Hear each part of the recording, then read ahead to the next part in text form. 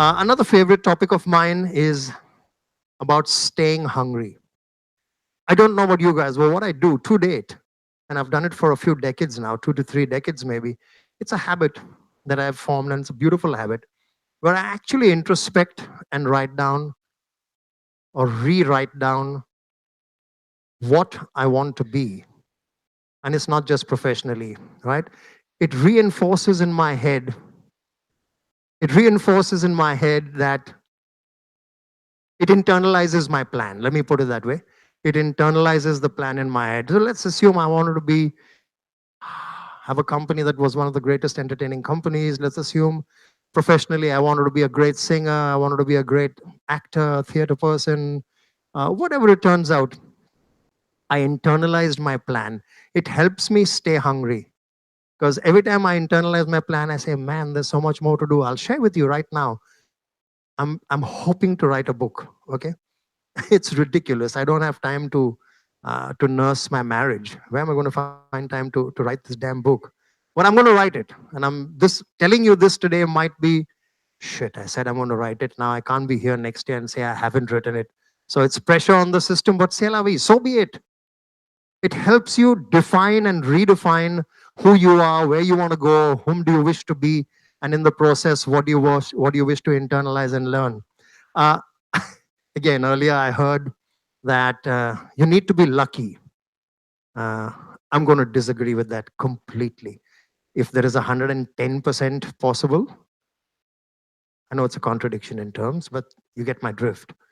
I don't believe there's too much about being lucky. If you internalize who you are, if you internalize what you want to be, if you internalize what you wish to become, if you internalize your aspirations, you'll recognize opportunity. And I've seen it happen so often.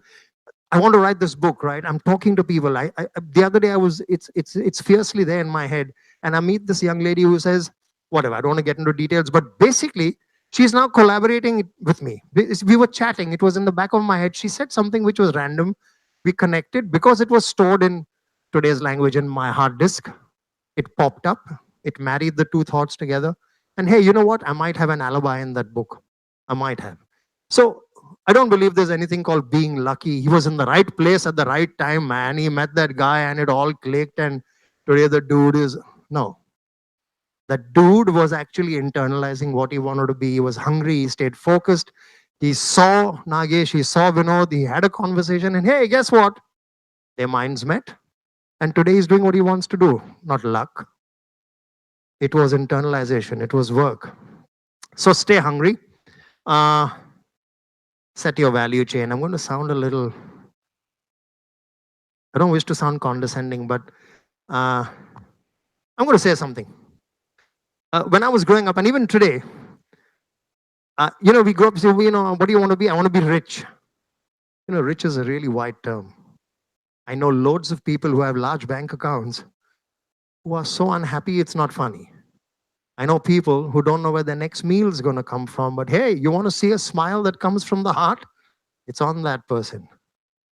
So there are no parameters that are set, right? What is happiness? Happiness is a state of mind.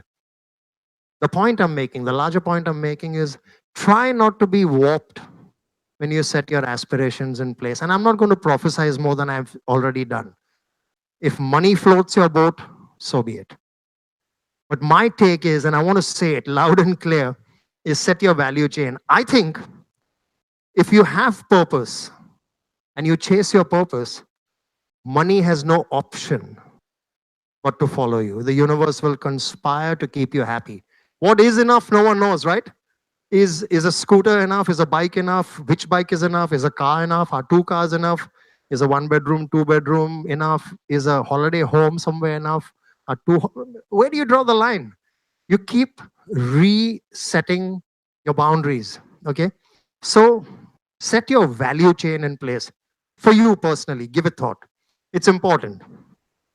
You need to know the difference. Okay, you need to understand that clearly. You need to know the difference. And what do I mean when I say you need to know the difference? You need to know the difference between being passive when the world's moving on around you, or being active and being part of the world as it evolves around you. You know, I used to scoff really at this get with the plot or be left behind, right? But I think I've changed my opinion about that, and which is why it's one of the 10 points in, I think, what's over 10 minutes now. But you need to actually chart your course and you need to know the difference about where to get involved and where not to get involved. Choices. We spoke about choices earlier, and that's critical, not just in making a choice, but in actually deciding which of the many options that stare at you in the face is what you need to be chasing. I won't go into details. I think you understand that. My most important point is my last point, actually.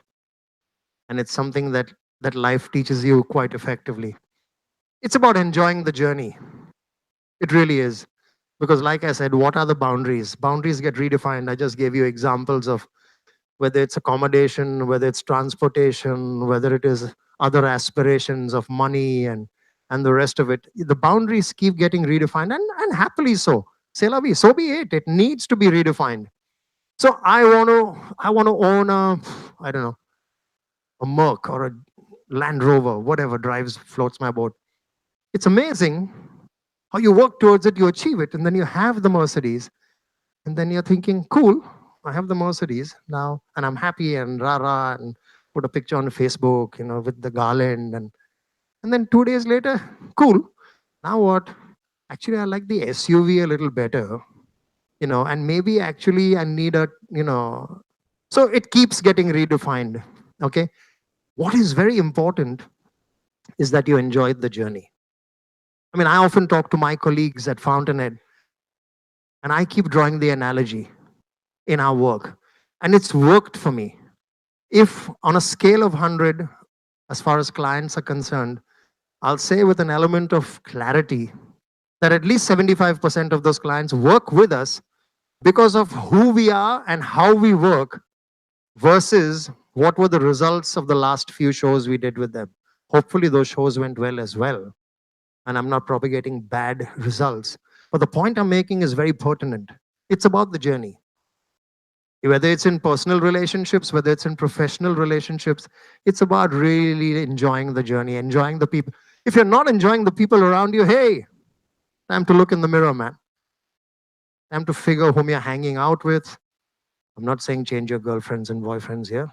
Certainly not wives and husbands, but I'm saying you need to figure. You need to do introspection. You need to figure. The journey is what matters way more than the end result. The end result will keep getting redefined. And I believe I've gone on to at least 15 minutes and not 10. So I'm going to sign off. I want to say this to you. Life's an open blank canvas for you guys. I'm damn envious because I'm about 88 years old and you guys are disgustingly younger than I am. I'm happily envious of you. I said happily though. I think you guys have a blank canvas in front of you. I'm going to say it like I want to say it. I'm shit excited for you guys. Go out and do it, man. Go out and do it. I don't want to give any more gyan. I've given a fair bit. Go out and do it. Thank you.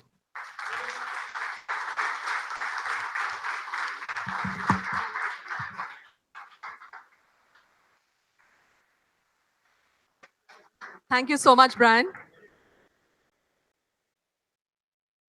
That was indeed inspiring.